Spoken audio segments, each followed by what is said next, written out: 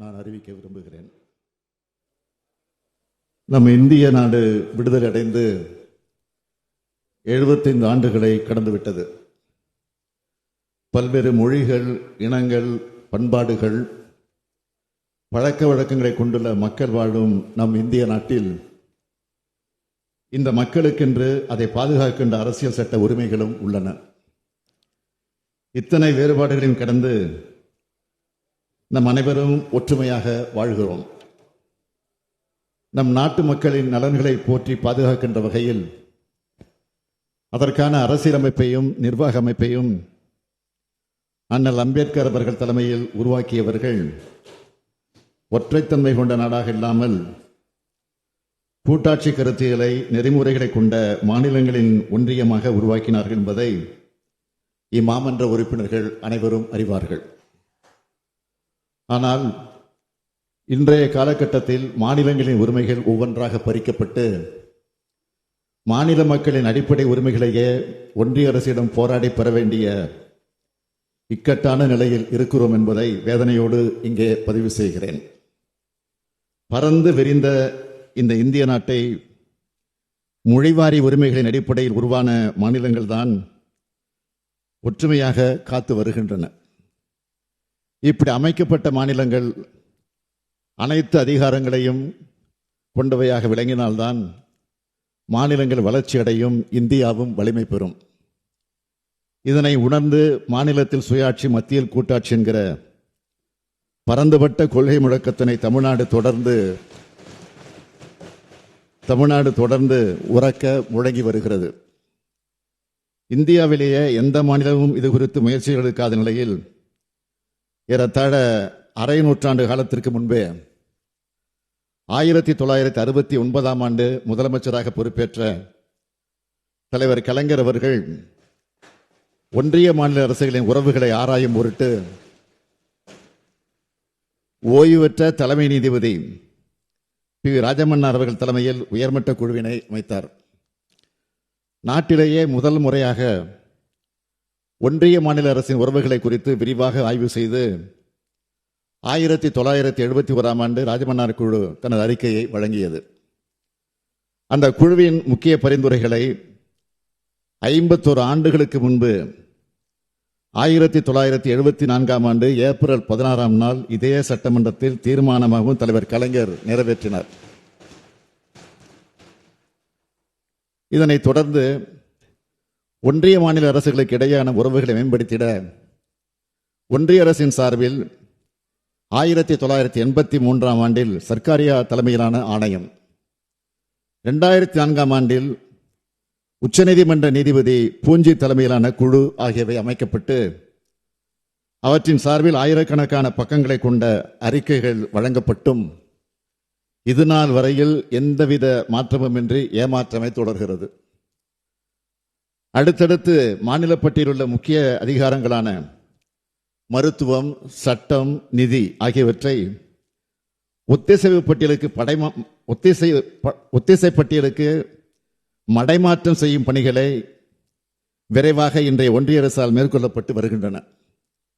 சமூக நீதி, பொருளாதார ஏற்றத்தாழ்வின்மை, ஒடுக்கப்பட்டோருக்கான வாய்ப்பு ஆகியவற்றை கருத்தில் கொண்டு மாநில அரசின் கல்விக் கொள்கையின் அடிப்படையில் மருத்துவ கல்வியில் தமிழ்நாட்டு மாணவர்கள் பங்கேற்பதை உறுதி செய்யும் வண்ணம் இருந்து வந்த நமது கல்விக் கொள்கையினை நீர்த்து போகச் செய்து முழுமையாக ஒன்றிய அரசின் கட்டுப்பாட்டில் நீட் எனும் ஒற்றைத் தேர்வின் வாயிலாக மட்டுமே மருத்துவ கல்வி இடங்களை நிரப்பும் முறைக்கு மாற்றப்பட்டுவிட்டது.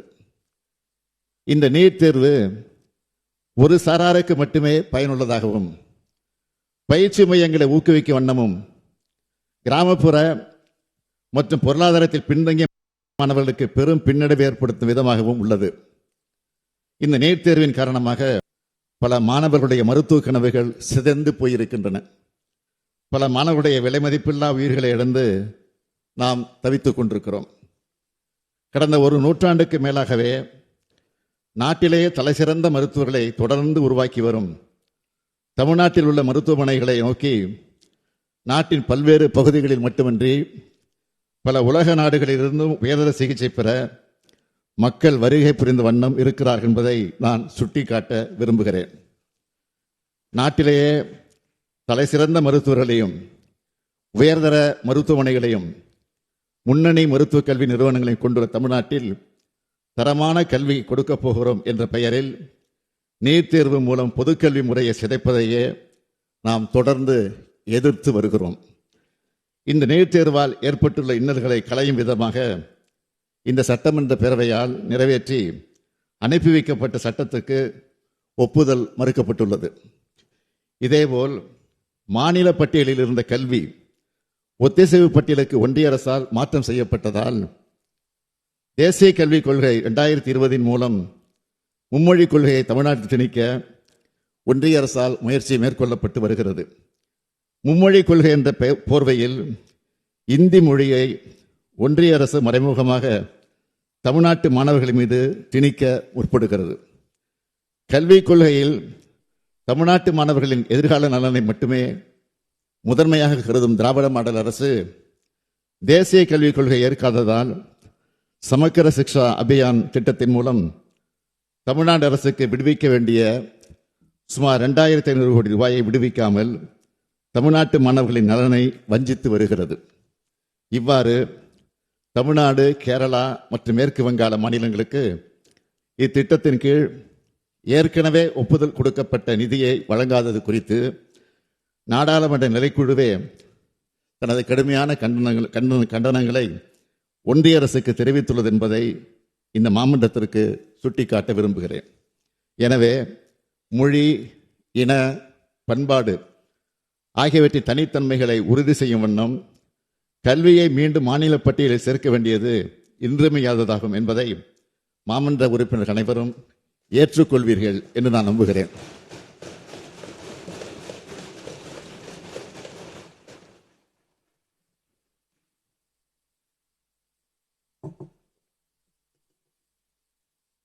மாண்புமிகு பேரவைத் தலைவர் அவர்களே, ஒன்றிய நிதிக்குழுவின் பரிந்துரையின் அடிப்படையில் மாநிலங்களுக்கு பகிரப்படும் நிதியானது தமிழ்நாடு போன்ற பொருளாதாரத்தில் முன்னேறியுள்ள மாநிலங்களின் பங்களிப்பிற்கு ஈடா அல்லாமல் குறைவாக பகிரப்படுகிறது என்பதை இம்மாமன்ற உறுப்பினர்கள் அனைவரும் நன்கு அறிவீர்கள்.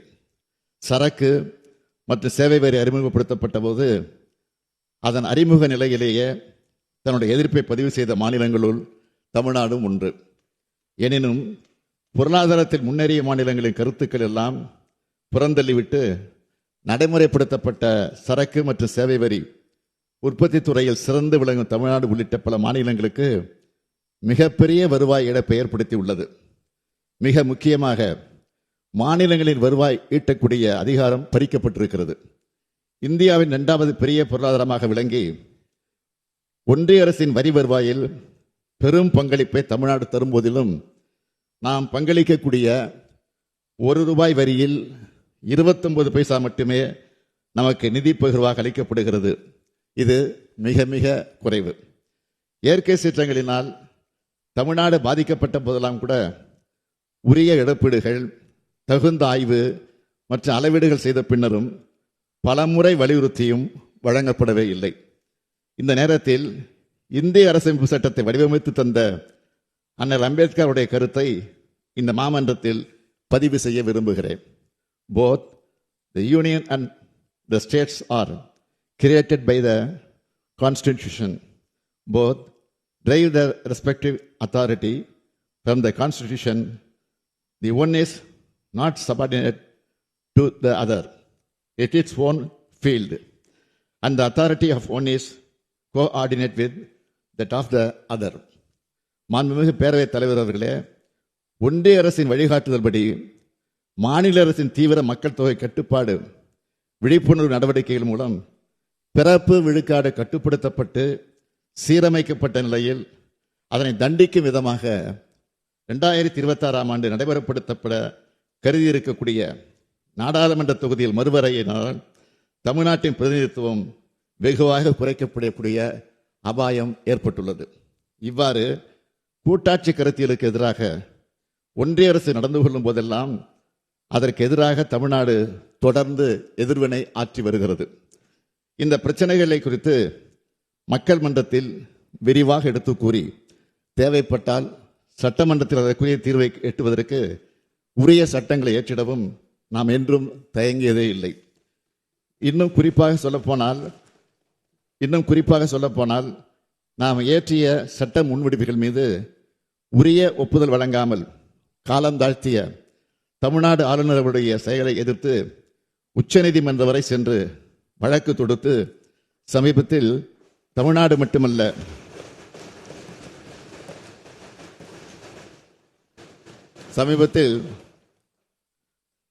மட்டுமல்ல இந்தியாவின் அனைத்து மாநிலங்களின் உரிமைகளை காக்கும் வகையில் கூட்டாட்சி கருத்தியல் மகத்துவத்தை நாடெங்கும் பரப்பிடும் வகையில் ஒரு வரலாற்று சிறப்புமிக்க தீர்ப்பை நாம் பெற்றிருக்கோம் என்பதை இந்த மாமன்ற உறுப்பினர்கள் நன்கு அறிவீர்கள்.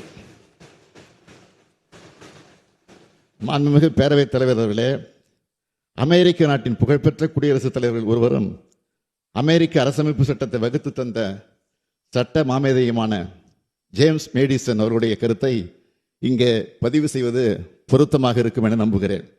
The operations of the federal government will be most extensive and important in times of war and danger. Those of the state governments in times of peace and security. நாட்டின் இறையாண்மை மற்றும் ஒற்றுமையை பேணி பாதுகாப்பது ஒன்றிய அரசினுடைய முதற் கடமை. அந்த உயரிய நோக்கத்தினை செம்மையாக செயல்படுத்திட அனைத்து மாநிலங்களும் தங்களுடைய முழுமையான ஒத்துழைப்பினை நல்கிட வேண்டும். அதே வேளையில் மக்களுக்கான வளர்ச்சி திட்டங்களை நிறைவேற்றுவதில் மாநிலங்களின் பங்கு முதன்மையானது. அதற்கு ஒன்றிய அரசு உரிய ஆதரவை வழங்க வேண்டும் என்பதுதான் இதன் அடிப்படை கருத்து. இந்திய திருநாட்டை வளர்ச்சி பாதையில் கொண்டு செல்லும் மிக பெரும் பொறுப்பை மாநிலங்கள் ஏற்றுக்கொண்டுள்ளன. கல்வி, சுகாதாரம், ஊரக வளர்ச்சி, நகர்ப்புற மேம்பாடு என அனைத்தையும் மாநிலங்கள் முன்னெடுத்து செல்கின்றன. ஆனால் அவற்றையெல்லாம் நிறைவேற்றிட தேவையான அதிகாரங்கள் மாநிலங்களிடமிருந்து பறிக்கப்பட்டு ஒன்றிய அரசிடம் குவிக்கப்பட்டு வருகின்றன. பசியால் வாடி தவிக்கும் தன்னுடைய குழந்தைக்கு என்ன உணவு கொடுத்திட வேண்டும் என்பது அந்த குழந்தையின் தாய்க்குத்தான் தெரியும். ஆனால் அந்த குழந்தை உண்ணும் உணவை, கற்கும் கல்வியை, கடந்து செல்லும் பாதையினை டெல்லியிலிருந்து யாரோ ஒருவர் தீர்மானித்தால் கருணையே உருவான தாய்மையும் பொங்கி எழத்தானே செய்யும்.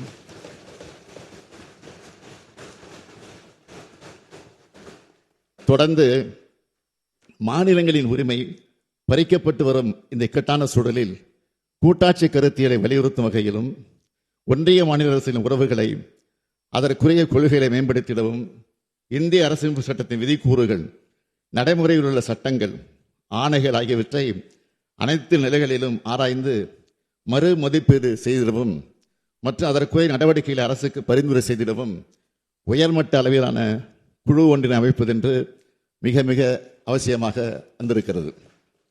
இந்திய அரசியலமைப்பு சட்டத்தில் வழங்கப்பட்டுள்ள மாநிலங்களின் நியாயமான உரிமைகளை பாதுகாக்கவும் ஒன்றிய மாநில அரசுகளுக்கு இடையேயான உறவுகளை மேம்படுத்திடவும் உச்சநீதிமன்ற மேனாள் நீதியரசர் திரு குரியன் ஜோசப் அவர்களை தலைவராக கொண்ட குழு அமைக்கப்படுகிறது. இதன் உறுப்பினர்களாக இந்திய கடல்சார் பல்கலைக்கழகத்தின் மேனாள் துணைவேந்தரும் ஓய்வு பெற்ற IAS அதிகாரியுமான திரு அசோக் வர்தன் ஷெட்டி அவர்களும், தமிழ்நாடு மாநில திட்டக்குழுவின் மேனாள் துணைத் தலைவர் பேராசிரியர் மு. நாகநாதன் அவர்களும் இருப்பார்கள். இந்த உயர்நிலைக்குழு பின்வரும் கொள்கைகள் குறித்து ஆய்வை நடத்தும் என்று அறிவிக்கிறேன். ஒன்றிய மாநில அரசுகளின் உறவு நிலைகளில் தாக்கத்தை ஏற்படுத்தக்கூடிய இந்திய ஆணைகள், கொள்கைகள் அனைத்து நிலைப்படிகளையும் உயர்நிலைக்குழு ஆராய்ந்து மறு மதிப்பீடு செய்தல். இந்திய அரசியலமைப்பு சட்டத்தில் தற்போதுள்ள விதிகளை உயர்நிலைக்குழு ஆராய்ந்து காலப்போக்கில் மாநில பட்டியலிருந்து ஒத்திசைவு பட்டியலுக்கு நகர்த்தப்பட்ட பொருண்மைகளை மீட்டெடுப்பது குறித்து வழிமுறைகளை பரிந்துரை செய்தல். மாநிலங்கள் நல்லாட்சி வழங்குவதில் உள்ள சவால்களை எதிர்கொள்ள தேவையான நடவடிக்கைகளை பரிந்துரை செய்தல். நாட்டின் ஒற்றுமை மற்றும் ஒருமைப்பாட்டிற்கு குந்தகம் ஏற்படுத்தாத வகையில் நிர்வாகத் துறைகளிலும் பேரவைகளிலும் நீதிமன்ற கிளைகளிலும் மாநிலங்கள் அதிகபட்ச தன்னாட்சி உரிமை பெற்றிட உரிய நடவடிக்கைகளை பரிந்துரை செய்தல். 1971 அமைக்கப்பட்ட அதமன்னார் குழு மற்றும் ஒன்றிய மாநில உறவுகள் குறித்த ஏனைய ஆணையங்களின் பரிந்துரைகளையும் 1970 முதல் நாட்டில் நிலவும் பல்வேறு அரசியல், சமூகம், பொருளாதாரம் மற்றும் சட்டம் சார்ந்தவற்றில் இருக்கக்கூடிய வளர்ச்சியினையும் உயர்நிலைக்குழு கருத்தில் கொள்ளுதல் வேண்டும். இவற்றை ஆராய்ந்து அறிக்கைகளை வழங்கும். உயர்நிலைக்குழு இடைக்கால அறிக்கையை ஜனவரி மாத இறுதிக்குள்ளும், இறுதி அறிக்கையை 2 ஆண்டுகளிலும் அரசுக்கு வழங்க வேண்டும் என எதிர்பார்க்கப்படுகிறது. மாண்புமிகு பேரவைத் தலைவர் அவர்களே, ஒன்றிய மாநில அரசுகளுக்கு இடையேயான உறவுகளை மேம்படுத்திட உயர்மட்ட குழு அமைத்திடுவது தமிழ்நாட்டின் நலன் காக்க மட்டுமல்ல, வேற்றுமையில் ஒற்றுமையின் அடிப்படையில் பரந்து விரிந்த இந்திய திருநாட்டின்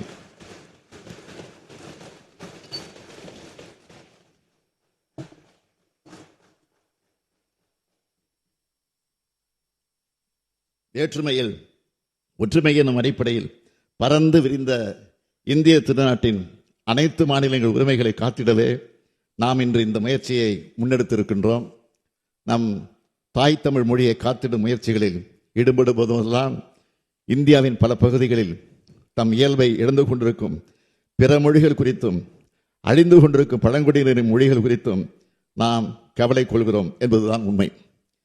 ஏறு தழுவுதல் போன்ற பண்பாட்டு வடிவங்களை சிதைக்கும் முயற்சிக்கு எதிராக உலகத் தமிழர்கள் ஒன்றுபட்டு எதிர்வினை ஆற்றும் வேளையில் மணிப்பூர், நாகாலாந்து உள்ளிட்ட வடகிழக்கு மக்களின் பண்பாட்டு உணர்வுகளும் உரிய முறையில் மதிக்கப்பட வேண்டும் என்பதுதான் நமது கோரிக்கை.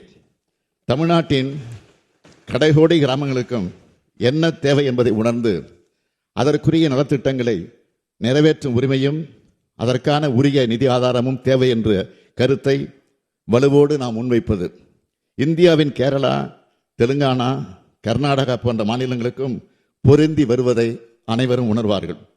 மாநிலங்களுக்கு உரிய அதிகார பகிர்வு மற்றும் நிதி பகிர்வை நாம் வலியுறுத்துவது தமிழ்நாட்டின் நலன் கருதி மட்டுமல்ல, பரந்து விரிந்த இந்திய திருநாட்டில் உள்ள குஜராத் முதல் வடகிழக்கு மாநிலங்கள் வரை, காஷ்மீர் முதல் கேரளம் வரை அனைத்து மாநிலங்கள் நலன் கருதியே நாம் நம்முடைய வாதங்களை முன்வைக்கிறோம்.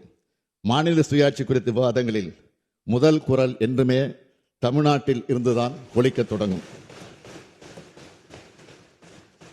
அந்த வகையில் இன்றைய காலகட்டத்தில் மக்களாட்சி கருத்தியலை சூழ்ந்திருக்கும் கருமேகங்களுக்கிடையே தெளிவான ஒளி பாய்ச்சிட காலம் நம்மை அழைக்கிறது. தேவை எழும்போதெல்லாம் நாட்டிற்கே வழிகாட்டும் தமிழ்நாடு இந்த முறையும் தன்னுடைய வரலாற்று கடமையை நிறைவேற்றிட முன்வருகிறது. வளம் செழிக்கும் மாநிலங்களே வலிமையான நாட்டில் உருவாக்கிடும் என்ற தெளிவோடு பேரறிஞர் அண்ணா காட்டிய வழியில் முத்தமிழறிஞர் கலைஞர் முன்வைத்த மாநிலத்தில் சுயாட்சி, மத்தியில் கூட்டாட்சி எனும் முழக்கத்தினை செயல்படுத்தி மக்களாட்சி தத்துவத்தினை இந்திய திருநாட்டில் முழுமையாக மலரச் செய்வோம். நன்றி, வணக்கம்.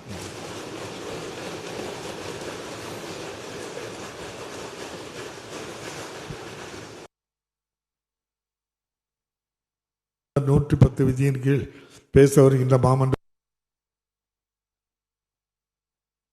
பிளே ஸ்டோர் மற்றும் ஆப் ஸ்டோரில் இருந்து பாலிமர் செயலியை QR கோடு மூலம் பதிவிறக்கம் செய்யுங்கள்.